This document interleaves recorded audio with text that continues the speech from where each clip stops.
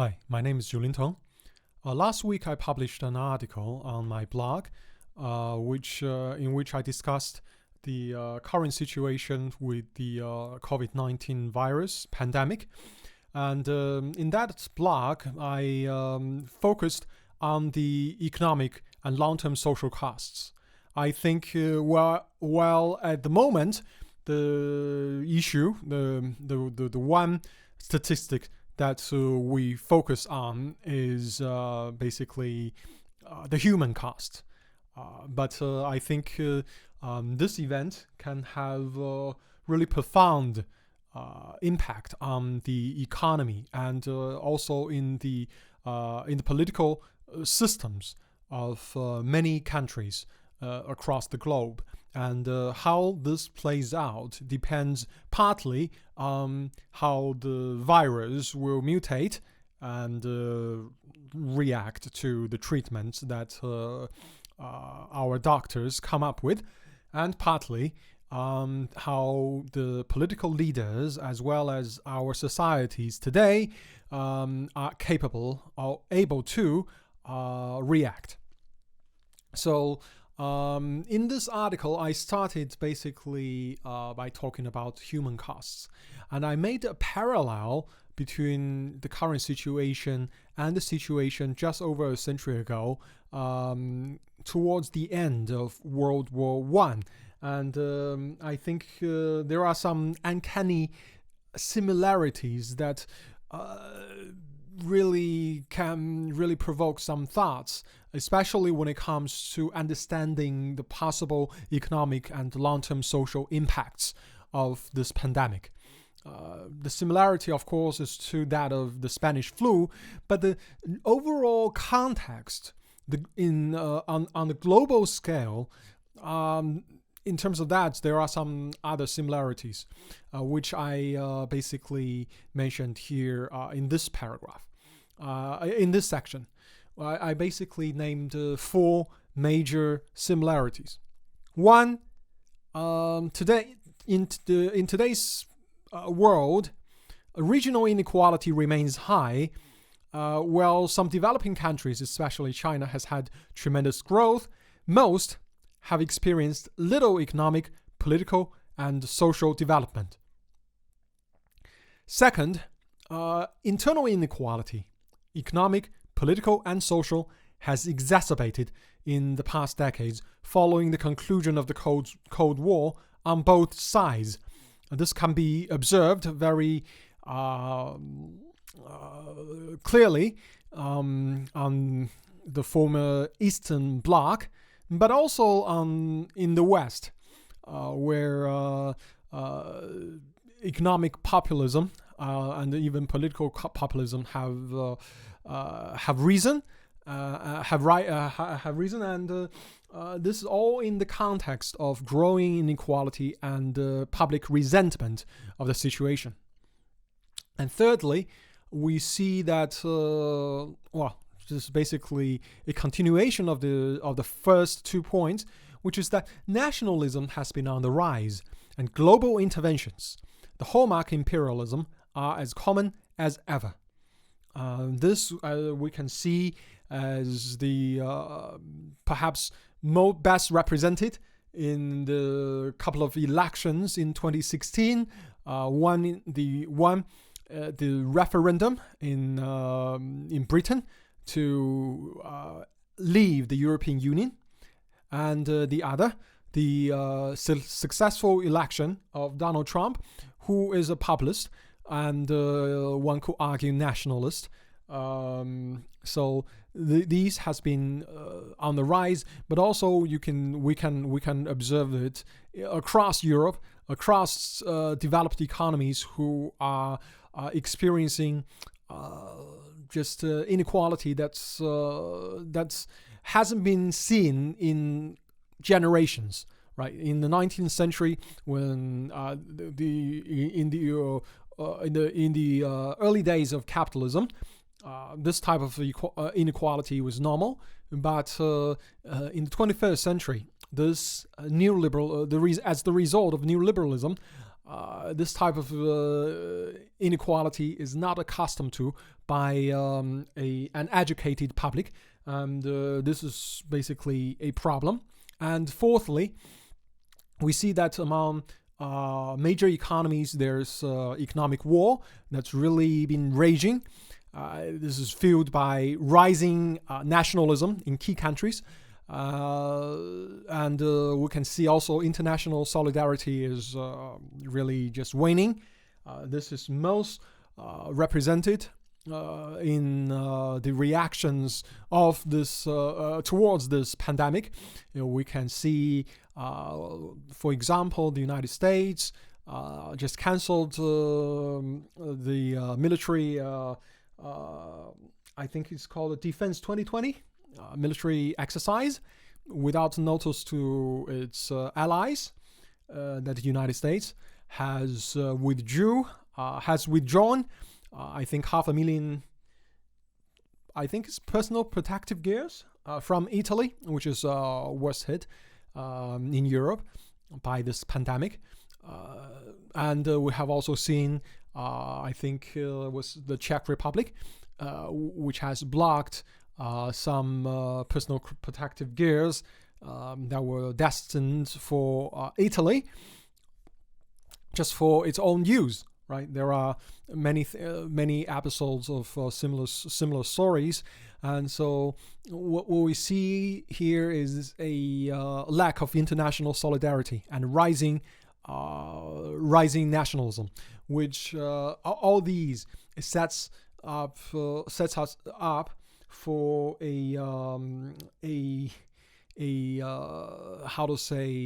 aftermath that it's comparable to what took place in the 1920s, pursuing the conclusion of World War I and the Spanish flu. Now, in this audio or video, depending on where you see it, I'm basically going to cover just the first part of this piece.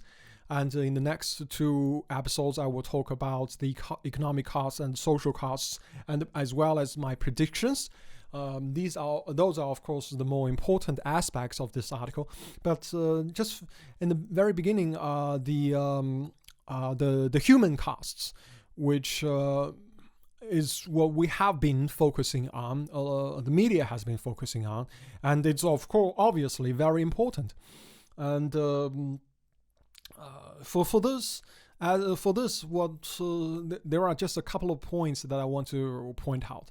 Number one is that we still don't know much about this disease. Because there are some statistics about confirmed cases, but it seems that for every single confirmed case, there are at least 10 unconfirmed cases, undetected cases. And people who are undetected, asymptomatic, could still be spreading this virus, and that this is a case that is very unique, right? And at the same time, we see that the specificity rate and the sensitivity rate of tests have been relatively poor. I heard numbers of 60-70%, which means that these tests yield a lot of false positives and false negatives. And so all in this context, it basically makes decision-making very difficult. And this is the first point that I want to make, right? Until we start blanket testing people for not just the virus, but also for the antibody. Until that happens, we don't actually have a good understanding of the rate of spread of this virus. And so this actually makes decision making very, very difficult, because suppose this virus really is much more contagious than we thought, but it only manifests symptomatically in a very small population, then the strategy will be very different than if the virus is not as contagious as we formerly thought or we currently think, but in a higher percentage of population, they have symptoms. There are different strategies. And in the first case, basically, if it's very contagious, but only use symptoms and even the very severe ones among a smaller population, then there's this strategy which had been floated around, firstly in the United Kingdom and later also in Sweden, which is the herd immunity strategy. Basically gets a lot of people who are not really susceptible to this virus, who are asymptomatic, to catch this virus and develop antibodies. And then the entire population will become immune. On the population level, the virus is not going to be spreading as quickly, and then the healthcare system, the medical system will have the resources to deal with all the cases, all the severe cases, and much more effectively. And during this process, the country can also alleviate itself from the economic costs of lockdowns, which can be quite dramatic. Right, so this is on the one hand. And then, of course, on the other hand, there is the very obvious arguments that have been made by many people, and which could be valid as well, which is that you want to flatten the curve. You don't want a very abrupt eruption of cases concentrated in a short period of time that overwhelms the capacity of the healthcare system, and that could be very dangerous, right? Once the healthcare system is overwhelmed, and patients who otherwise could be treated successfully cannot be treated simply because the resources are not there to treat them. That's of course a very bad outcome. So there's a balancing act, and making these decisions.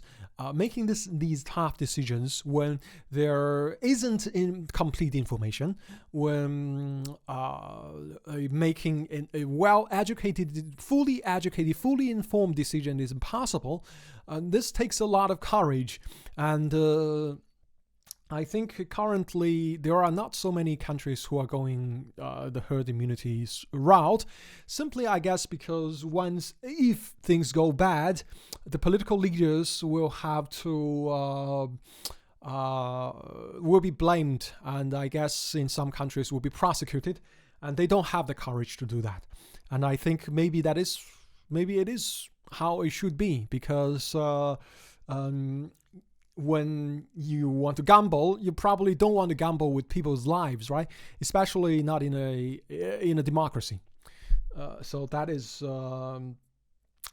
that is the second point that I want to make, which is the herd immunity issue. And thirdly, we have a parallel with another parallel with the Spanish flu. And this is basically, on Wikipedia you can find it.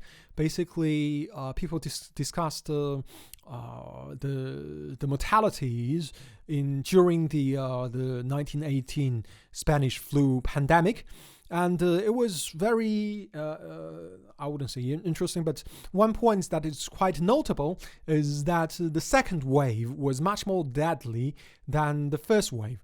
And the reason for that was that normally during natural selection, virus strains that are more lethal are less mobile, and therefore they are the selection power, the selection pressure is against them.